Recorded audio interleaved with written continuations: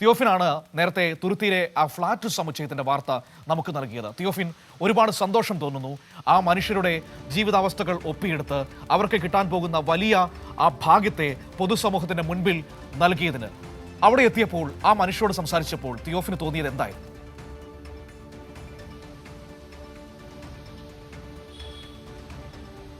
മനു, ഏറെ സന്തോഷം. അതായത് ഇങ്ങനെയൊരു ഇത്തരത്തിൽ ഒരു താമസ സൗകര്യം 394 കുടുംബങ്ങൾക്ക് കൊച്ചി കോർപ്പറേഷൻ മനോഹരമായ രീതിയിലൊരു താമസ സൗകര്യം ഒരുക്കുന്നു എന്നറിഞ്ഞത് നമുക്ക് വളരെ സന്തോഷമുണ്ടായിരുന്നു. അതറിഞ്ഞുകൊണ്ടുകൂടി തന്നെയാണ് നമ്മൾ അവിടേക്ക് എത്തിയത്. അവിടെ എത്തുമ്പോൾ ഏറെ കഷ്ടം. അതായത് നിലവിൽ അവർ താമസിച്ചുകൊണ്ടിരിക്കുന്ന ആ ഒരു ഫ്ലാറ്റുകൾ, അതായത് ഭവന സമുച്ചയങ്ങളുണ്ട്, അത് 2 നില വരുന്ന ഫ്ലാറ്റുകൾ ചേർന്നുള്ള ഫ്ലാറ്റുകൾ, ഒരു 200 സ്ക്വയർ ഫീറ്റിൽ താഴെ വരുന്ന കൊച്ചു മുറികളാണ്. അതായത് കുടിസ് മുറികളെന്നൊക്കെ നമുക്ക് പറയാവുന്ന രീതിയിലുള്ള അങ്ങനത്തെ കുടിസ് മുറികൾ. അതോടൊപ്പം ഇതിൽ വർഷങ്ങൾ കൊണ്ട് മഴയും വെള്ളപ്പൊക്കവും ഒക്കെ അതൊക്കെ നടന്നതാണ്. പലപ്പോഴും വലിയ മഴക്കാലം ഉണ്ടാകുമ്പോൾ അവരുടെ വീടുകളിൽ വെള്ളം കയറാറുണ്ട്.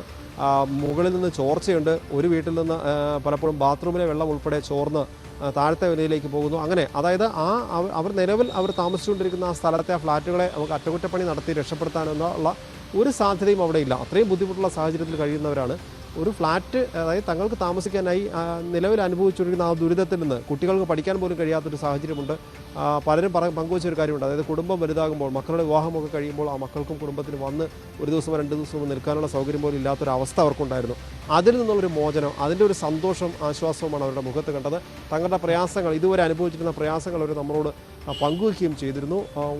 ഒരു പക്ഷേ എന്ത് പറയാൻ, അത് പറയാൻ കഴിയില്ല. അത്രയും സന്തോഷം അവരുടെ മുഖത്ത്, അല്ലെങ്കിൽ അവരുടെ വാക്കുകളിൽ. ഞാനിങ്ങനെ ആലോചിക്കുകയാണ് തിയോഫിൻ, നമ്മളൊക്കെ ഒരുപാട് വാർത്തകൾ റിപ്പോർട്ട് ചെയ്യുന്നവരാണ്, വാർത്തകൾ വായിക്കുന്നവരാണ്.